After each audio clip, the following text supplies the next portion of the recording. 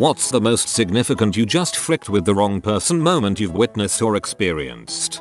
Stopped in Reno overnight while moving across the country. Had everything I own in a little beater I bought for the trip. All night I'm keeping an eye on the parking lot. There is a cop car in the lot. Sure enough, late that night I see a shady guy slowly walking along the line of parked cars, scoping them out. To my surprise, he decides the cop car is the one he wants to break into. So he takes off his shirt, wraps it around his arm, and starts hitting the window with his forearm. I call the front desk and let them know what's going on. Lady says she's calling the cops. I tell her it's a cop car and ask if there is a cop staying in the hotel. She says she'll check. About 30 seconds later, a very angry man in his boxers thunders out of his room and tackles the dude. He fricked with the wrong person.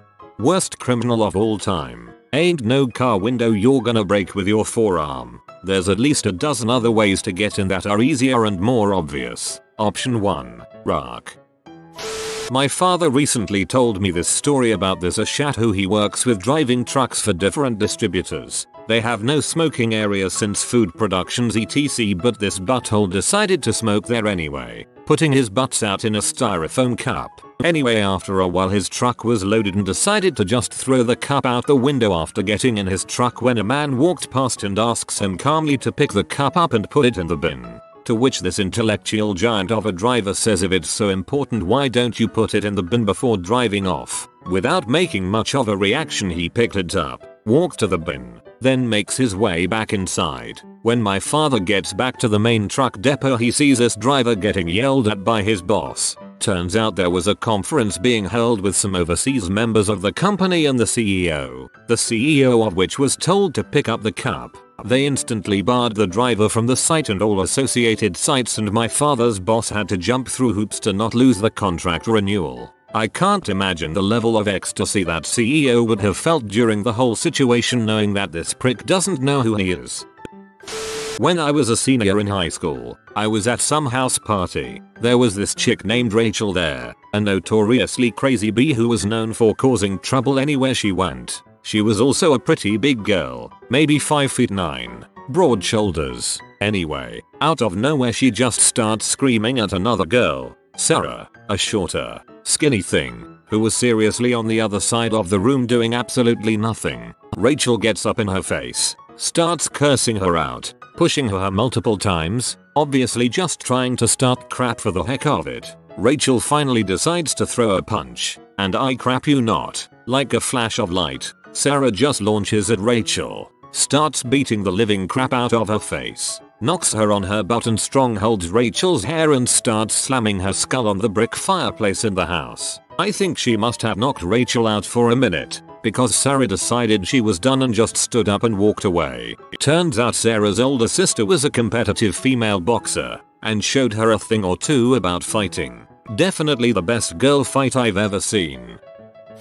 There's this old miserly looking man with a nickel who seems to just ride the subway all day. The nickel man only seems to have one purpose in his life. He sticks his hand out with a nickel on his palm, and he just points it at you. It's like he's asking you to look at his plain old nickel. He's like a reverse panhandler. One night, I was coming home drunk and saw the nickel guy. He was doing his usual rounds, and he came to me. He stuck out his hand, and like usual you just let him be. But I was tipsy and I pulled the nickel out of his hand. Within seconds, he went from normal nickel guy to freaking crazy rip your face off yelling angry gorilla man. Till I put it back, and he became normal nickel guy again. I was mortified.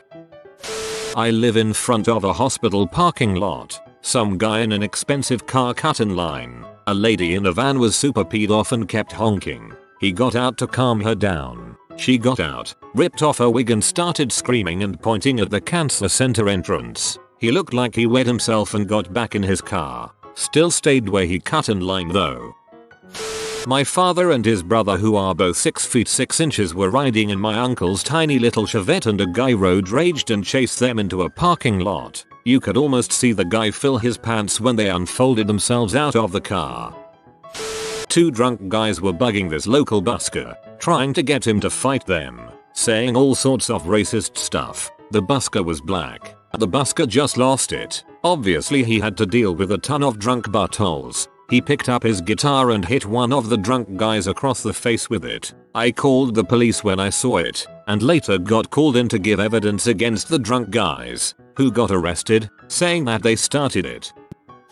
Was covering a hockey game as a sports reporter when I saw the single best retaliation of my life. In my state, if you're female and you want to play hockey with the boys, you can. Typically, the serious girl hockey players will play in these leagues because the girls only hockey leagues are crap. There was this girl named Alex who I covered since she was a freshman and she was really good. Played since she was a kid, was on some really good travel teams, competed in national camps, got a college scholarship for the sports and played 4 years in college, etc. Anyway, her junior year, I'm covering an away game at this crappy arena and her school is playing one of its rivals, so I know it's going to be a chippy game. It did not disappoint. This big tough boy notices she's a girl, or played against her before, and spends the first 2 periods basically trying to intimidate her by checking her hard into the boards whenever she has the puck and generally doing all the things you know someone is doing to antagonize you. Now, I've seen this girl play and I know she isn't going to tolerate that, so I just wait for the moment she snaps. It comes in the 3rd period.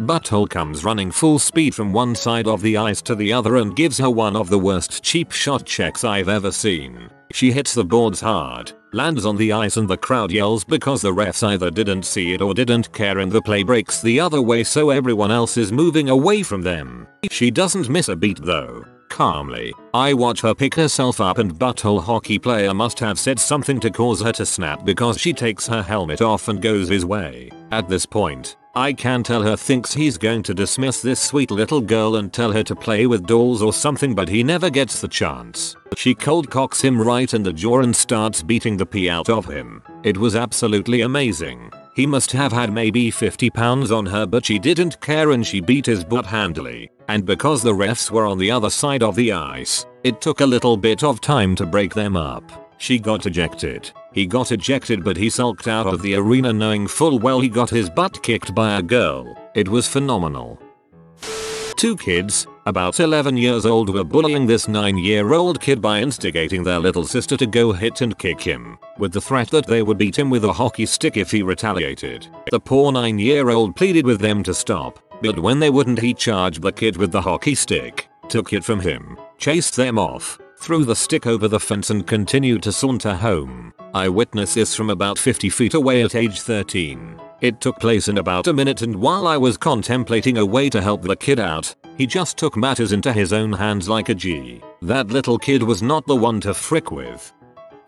When I was about 10 or so, I shot a cricket with a Nerf gun from a prone position and it dodged it, then jumped at me, and I got up in panic so fast. The gun flung from my hand into the kitchen, breaking a few glasses. Never fricked with crickets again.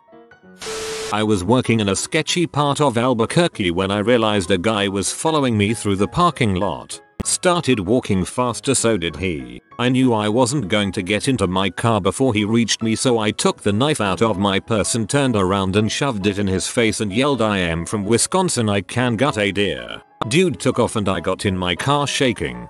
"I don't know you, that's my purse." I lost it at a Subway a while back. This story isn't about me losing it at a person myself, but I found someone who could and did. The Subway I go to is inside a skating rink, and on this day it was flooded with newly pubescent boys thinking that treating people like absolute horseshit is how you act like a macho man. One girl behind the counter was near tears, and the other woman was trying to hold her own ground against a bunch of 13-year-olds. It was you freaking B. I didn't freaking ask for mayo. Are you blind? For frick's sake. That's not toasted enough. When I get a job, I'm gonna be making more than you. Just a taste of some of what I heard. So I went out to the lobby of the skating rink, found a woman nearby and asked her if she was with the boys in Subway, which she was, and then I told her to follow me. The look on the boys' faces when she let out her angered screech after listening to them was friggin' priceless. She made the boys pay for their own food. One boy didn't get to finish making his sandwich. Wrap it up how it is and he'll pay for it.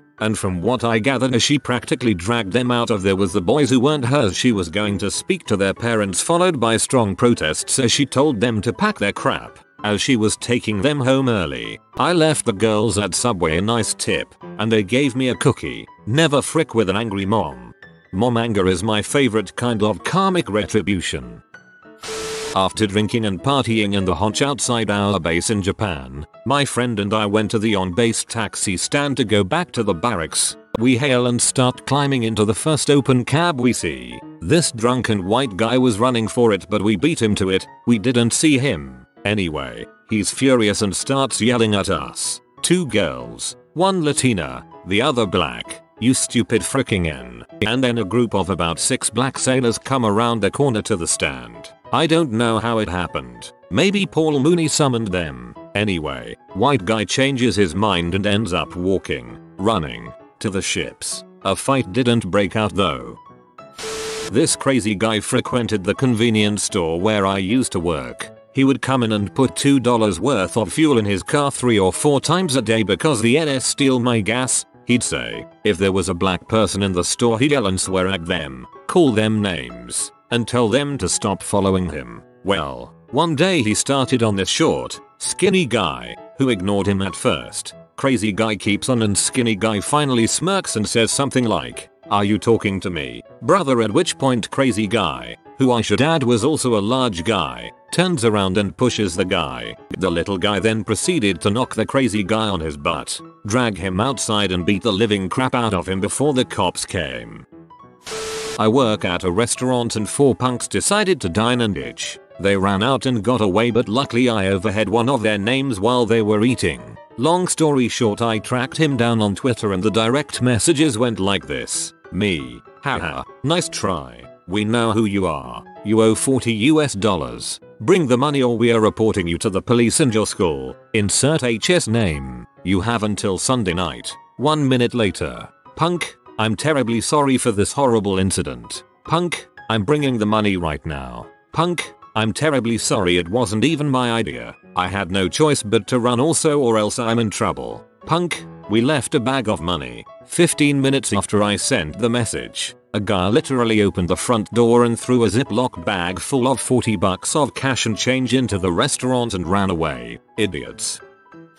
I work in a law office and regularly have to go file documents with the court. I have learned, from watching one interaction, not to frick with the clerks at the filing window. A lot of people probably wouldn't believe how detailed the rules are for submitting documents to the court. There are rules regarding the type of paper you can use, the exact spacing of the heading on the paper, the exact measurements of the 2 hole punches at the top of the paper, etc. There are literally dozens of rules on how to format your filings. In my experience, these rules are rarely enforced. The clerks will reject documents if there are major errors, missing signatures, incorrectly filled out, etc. They will usually let things slide like your 2 hole punches not being precisely 3/4 inches apart. But there was one day where I saw clerk take sweet revenge against someone who totally had it coming. I was standing in line, waiting to file something, and a notoriously huge prick of an attorney got called up to the window. The clerk asked him something like, "I'm really sorry, Mr.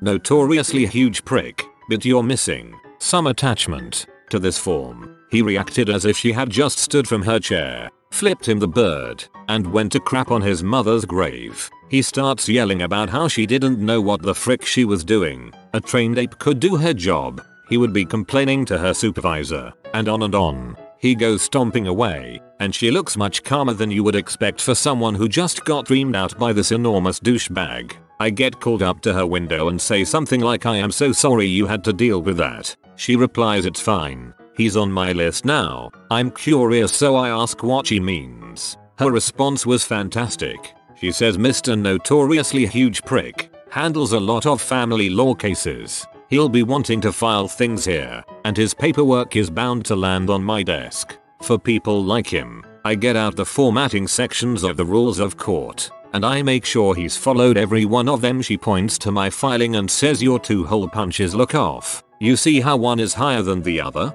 They are supposed to be a certain distance from the top of the page. I'm not going to reject yours, but next time he drops something off at the filing box, you better believe I'm going to bust out my ruler." I say how awesome that is, but once he sees a reason his document was rejected, he'll just have an assistant fix it or whatever. She replies we don't have to tell him why it was rejected specifically, just that it violated some rule of formatting. He can figure that out for himself if he ever wants to have another document filed. She looked so happy. In high school between classes, a couple of the defensive backs on our football team thought it would be funny to run full speed into the open doors to knock over the students that were leaving the classrooms. After seeing this happen a few days in a row, the football team's starting defensive tackle, decided to post up behind the door. After I felt the thump of my fellow teammate hit the door, I emerged from behind the door to find him laying on the ground. I reached out a hand and helped him to his feet. Then I told him, hey man, you gotta watch where you're going. There's a door there. I watched a guy try to steal a girl's purse. He ran past her, grabbed onto the strap, and tried to yank it off her arm. She was a lot stronger than he'd anticipated, because she pulled the bag back and sent him sprawling onto the sidewalk. She then kicked the crap out of him, screaming at him the whole time. As this took place in Montreal, people just watched her beat him up and clapped politely when she was done. She curtsied to the crowd, spat on him, and walked off. Having spent a fair amount of time in Montreal, I can absolutely picture this happening and no one being surprised. Don't frick with crazy French Canadians. French people yelling in French is cute. Canadians yelling in French is terrifying. The one and only time I have had a massive win over someone falls into this category. I was once engaged to the Vice Consul of America from Brazil. I was flying around on holiday and coming back to America where we were living. I was on a working visa, but had recently quit my job as we were about to move. She was being reposted and so I decided to go on holiday for a few weeks, and had come in and out of the US several times. After being in a plane returning from Spain, I was dressed in an old pair of shorts, t-shirt, odd socks and hadn't slept. I looked and felt like crap. The SAR guy immediately flags me over and starts grilling me over my visa, travel history, etc. He picked up that I had resigned from my job and formed the opinion that I was trying to sneak back into the States, even though as an Australian passport holder I can come into and out of the States pretty much at will. He made me miss my plane and took me into one of the little rooms. With the world's biggest crap-eating grin, he told me I was not going to be allowed back into the States. I tried to reason with him, explaining all my housing stuff, bank accounts etc were there, and that all my paperwork was in order etc, but he was a complete bastard and was having none of it. So I casually dropped my fiancee's name and her position. He got a little worried. He asked me for some details about her, which I gave. He walked out of the room, his crap-eating grin definitely gone. He came back with a folder of photos and asked me to pick her out, as they keep on file photos of diplomatic personnel etc. When I passed all his tests he turned white. For once in my life I had the power over this little crap bird, and it would not have been a hard thing to place a call to my girlfriend and have this prick's job, and he knew it. All my documentation was in order and he was just being a first class C. Managers were called, apologies were made, tickets to the first class waiting lounge were arranged, and new flights were booked free of charge. My one and only time in this world where some dude looked at me and realized that they had just majorly fricked up. You have been visited by the ingenious Joe. Comment brain so you always see the glass half full. If you are new to the channel, you can subscribe. I publish new videos every day. Until then, check another video, or don't. Either way, have a great day you magnificent people.